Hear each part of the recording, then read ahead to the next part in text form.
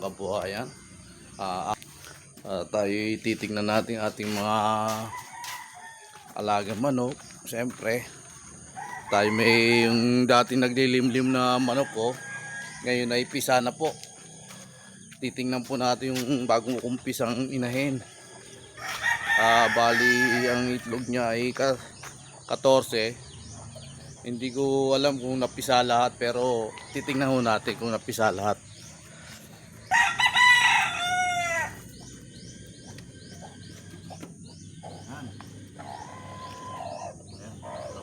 Ating mga bagong pisang sisiyo. Ayan na po. May bagong pisang sisiyo. Babae ito. Ito, tanda na. Babae na ho ito. Dahil yung ulo niya maliit.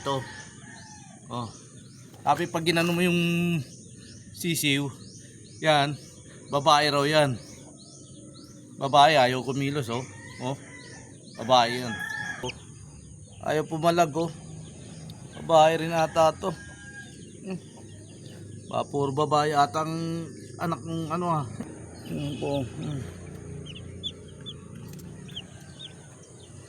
Mukhang puro babae yung anak ng inahin ko ngayon. Ramdam ko dito kasi sa isa, animang lalaki, dalawa yung babae. Ayan. Ibababa na natin yung ating mga sisiw na nasa kulungan para masanay na sila rito sa lupa. Kukunin ko yung mga sisiw para masanay na po rito sa kulungan. Sa scratch pen ko ilalagay. Ito na po yung dalawang lalaki, lalagay na po natin rito.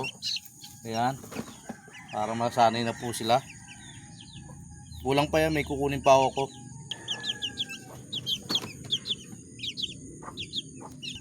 Ayan na po ang ating mga sisiw. Ayan po, isa, dalawa, tatlo, apat, lima, 6 na lalaki, 2 babae. Ayan po. At yung bagong pisang yung bagong pisang inahin, dito naman natin sa kulungan na pinagkuhanan nito, doon na naman natin lalagay. Ililipat na natin yon para doon naman siya palaki ng sisiyo, mga ganitong kalaki. Ayan. Tsaka natin nilalagay naman sa baba. Ayan. Ngayon pa lang naibaba yan. Ngayon pa lang naibaba sa yan, sa lupa. Ayan. Ayan, tumutuka sila. Linisan natin yung yung kainan ng manok ng sisiw para pag tumuka sila malinis na po. Ito po ang baging kainan ng mga bagong pisang sisiw. Ito po, ayan. Para wala po masayang na walang masayang na pagkain ng mga sisiw. Ayan. Lasan natin to. Pag natuyo to, dito natin lalagay yung mga bagong pisang sisiw. Dito sila kakain. Ayan.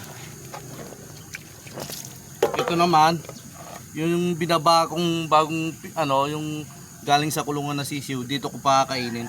Kaya hinugasan ko na rin.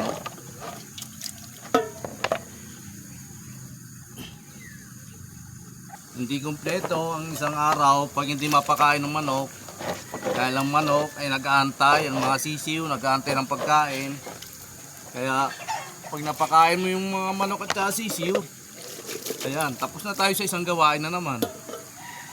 Kaya tiyaga hanggang lumaki. Paglaki, mapapakinabangan naman. Kaya lang talagang pagtutunan mo ng oras ng araw, tsaka yung siyempre yung pagkain, bibili mong pambili ng pagkain. Ayan.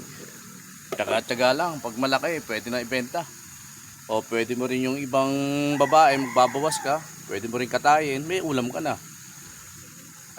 Sa ibang gustong mag-alaga naman, mag-alaga kayo.